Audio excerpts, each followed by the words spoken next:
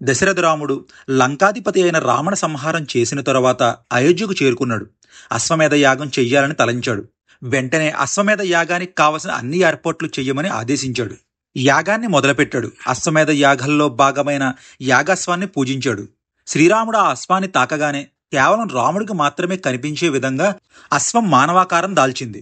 వెంటనే రాముడికి నమస్కరించింది. మీరు తలపెట్టిన అశ్వమేధ యాగంలో భాగమైనందుకు నేను అనేక ధర్మకార్యాలు చేసి పుణ్యం సంపాదించుకున్నాను. అదేవిధంగా మీ చేతి స్పర్శతో దూర్వాస మహర్షి పెట్టిన శాప విమోచనం కూడా జరిగింది అని చెప్తూ తన కథను ఇలా చెప్పసాగింది.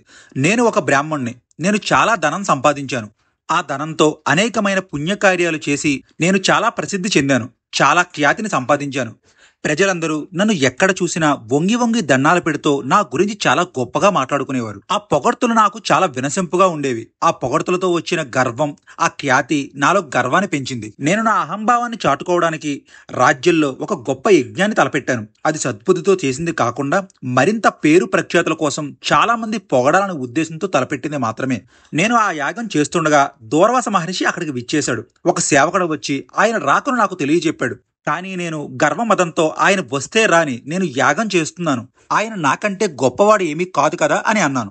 సహజ కోపిష్టి అయిన దూర్వాసుడికి ఆ విషయం తెలిసింది. తన స్థాయికి తగిన విధంగా ఆహ్వానించబడలేదని మండిపడ్డాడు. వెంటనే శాపం పెడుతూ, నీవు దాన ధర్మాలు చేస్తూ గొప్పవాడివని గర్వపడుతున్నావు. పైగా యాగాన్ని తిలకించి నిన్ను ఆశీర్వదించి అనేక వరాలు ఇవ్వాలనుకున్న నన్ను అగౌరవపరిచావు.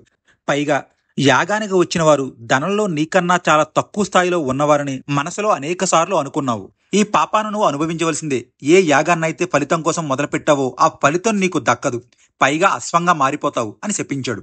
నేను భయపడుతూ ఆయన పాదాల మీద పడి, మునీశ్వర, గర్వంతో నేను అందుండయ్యాను, దయతలిచి నన్ను క్షమించండి అని ప్రార్థించాను. అప్పుడు దూర్వాసుడు, నా శాపం నేను మార్చలేను, కానీ త్రేతాయుగంలో మహావిష్ణువు రాముడుగా అవతరించినప్పుడు ఆయన చేతి స్పర్శ నీకు తగిలినప్పుడు తిరిగి మానవ శరీరాన్ని పొందగలవు అని చెప్పాడు. ఈ కథనంతా విన్న శ్రీరాముడు ఆయన సగౌరవంగా గౌరవించి ఆద్య బోధ్యాలిచ్చి అనేక బహుమతినిచ్చి సాగనంపాడు. భగవంతుడికి చేసే సేవ అయినా సరే గర్వంతో అవతల వారిని నొచ్చుకునేలా చేస్తే దాని ఫలితం ఉండదని ఈ కథ ద్వారా తెలుసుకోవచ్చు.